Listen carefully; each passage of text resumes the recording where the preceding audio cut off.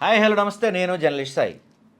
So మొత్తానికి కూటమి మీద ఒక బాంబు పడిందని చెప్పొచ్చు. ఎందుకంటే స్థానిక సంస్థల ఎన్నికలకు రెడీ అయిపోండి, తొందరలోనే స్థానిక సంస్థల ఎన్నికలు ఉండబోతున్నాయని సీఎం చంద్రబాబు నాయుడు గారు చెప్పేశారు. ఇక అక్కడి నుంచి అసలు కథ మొదలైంది. ఎక్కడ మొదలైంది మెయిన్గా అంటే కృష్ణా జిల్లాలో కూటమికి తలకాయ నొప్పి అయిపోయింది. ఏం చేయాలో అర్థం కాని పరిస్థితులు అయిపోయినాయి. టికెట్ ఇస్తారా సస్తారా అని కొంతమంది బెదిరిస్తుంటే, మీరు టికెట్ ఇవ్వకపోతే మేము వైసీపీకి వెళ్ళిపోతాం అని కొంతమంది వార్నింగ్ ఇస్తుంటే, మీరు టికెట్ ఇవ్వకపోతే మేము రెబల్గా పోటీ చేసి మిమ్మల్నే ఓడిస్తామని మరికొందరు డైరెక్ట్గా స్టేట్మెంట్ ఇచ్చేస్తున్న పరిస్థితి కనిపిస్తుంది. ఇది 3 పార్టీలకి తలనొప్పిగా మారిపోయింది. విజయవాడ మొత్తంలో మనకి ఈ విజయవాడ కార్పొరేషన్లో దాదాపుగా 3 నియోజకవర్గాలు ఉంటాయి. 3 నియోజకవర్గాల్లో 2 టీడీపీ, 1 బీజేపీ ఉంది.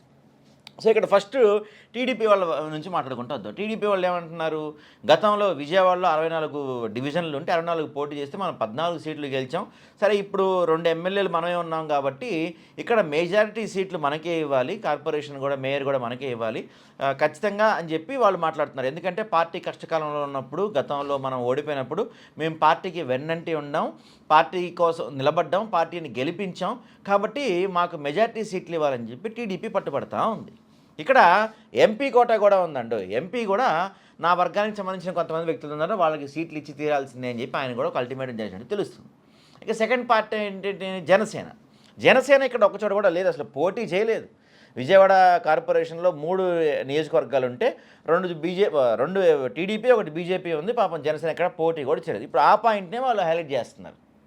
గతంలో పొత్తులో భాగంగా పొత్తు ధర్మం కోసం మేము మీకు త్యాగం చేశాము, కాబట్టి ఈ సీట్లు మాకు త్యాగం చేయండి అని చెప్తున్నారు. టీడీపీ వాళ్ళు ఏమంటున్నారు, మీకు అంత సీన్ లేదు, ఎందుకంటే మీరు గతంలో దాదాపు 40 చోట్ల పోటీ చేస్తే ఒక్క చోట కూడా మీరు గెలిచింది లేదు, మీకు అంత సీన్ లేదు, మీకు అన్ని సీట్లు ఇవ్వడం కష్టం అని చెప్పి టీడీపీ వాళ్ళు అంటున్నారు. వీళ్ళు ఏమంటారు, లేదు 2019 ఎన్నికలు మేము అక్కడ పోటీ చేస్తే మాకు దాదాపుగా 15% ఓట్ బ్యాంక్ వచ్చింది, పైపెచ్చు విజయవాడ కార్పొరేషన్ పరిధిలో కాపుల ఓట్ బ్యాంక్ ఎక్కువ ఉంది, మేము నిలబడితే ఎక్కువ సీట్లు వస్తాయి, మేయర్ కూడా మాకే కావాలని చెప్పి జనసేన గట్టిగా పట్టుబడుతుంది. ఓ పక్కన ఆల్రెడీ విజయవాడ వెస్ట్లో బీజేపీ ఉంది కాబట్టి మేము ఆల్రెడీ ఇక్కడ చోట గెలిచాం కాబట్టి మాకు కూడా ఎక్కువ స్థానాలు కావాలని చెప్పి బీజేపీ కూడా గట్టిగా కొట్లాడుతున్న పరిస్థితి కనపడుతుంది. ఓ పక్కన జనసేన ఏమో మేము గతంలో బీజేపీకి త్యాగం చేసాం, టీడీపీకి త్యాగం చేసాం, ఇప్పటికైనా మాకు ఛాన్స్ ఇవ్వండి, ఎందుకంటే విజయవాడలో కాపులు ఎక్కువ, కాపు ఓట్ బ్యాంక్ బలంగా ఉంటుంది, ఇప్పటికైనా ఈ స్థానిక సంస్థల ఎన్నికల్లో కూడా మాకు టికెట్లు ఇవ్వకపోతే, మాకు మేయర్ ఇవ్వకపోతే ఇక మాకు ఇక్కడ దిక్కుండదు, మాకు పరుగు పోద్ది, ఎట్టి పరిస్థితుల్లో మాకు ఇవ్వాల్సిందే, కనీసం ఇవ్వన్నా అని చెప్పి కార్పొరేటర్ పదవులన్నా మాకు ఇవ్వాల్సిందే అని చెప్పి జనసేన నాయకులు గట్టిగా డిమాండ్ చేస్తున్నారు. సో ఇక్కడ ఈ ముగ్గురిని సాటిస్ఫై చేయటం ఇప్పుడు కత్తి మీద సామ అయిపోయింది కూటమి నాయకత్వానికి. ఒక పక్కన చూసుకుంటే వైసీపీ దూసుకెళ్ళిపోతుంది బలంగా. ఈ కార్పొరేటర్లు అందరూ డివిజన్లన్నింటిలో ఆల్రెడీ ఇక్కడ వైసీపీ గతంలో చూసుకుంటే 64 స్థానాల్లో పోటీ చేస్తే వైసీపీ దాదాపుగా 49 స్థానాల పైగా గెలుపొందింది. అక్కడ కార్పొరేషన్ మేయర్ వాళ్ళే ఉన్నారు విజయవాడ కార్పొరేషన్కి, కాబట్టి బలంగా ఉన్నారు.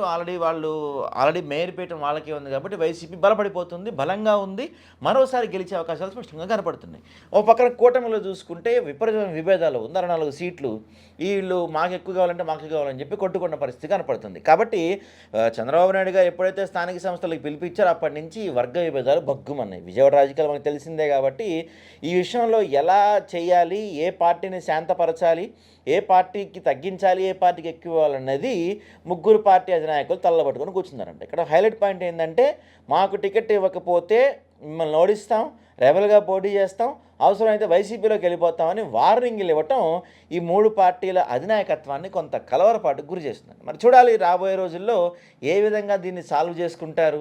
చిలికి గాలివానగా మారుతుందా, మరోసారి అక్కడ వైసీపీకే అధికారం రాబోతుందా అనేది మాత్రం చూడాలి మనం.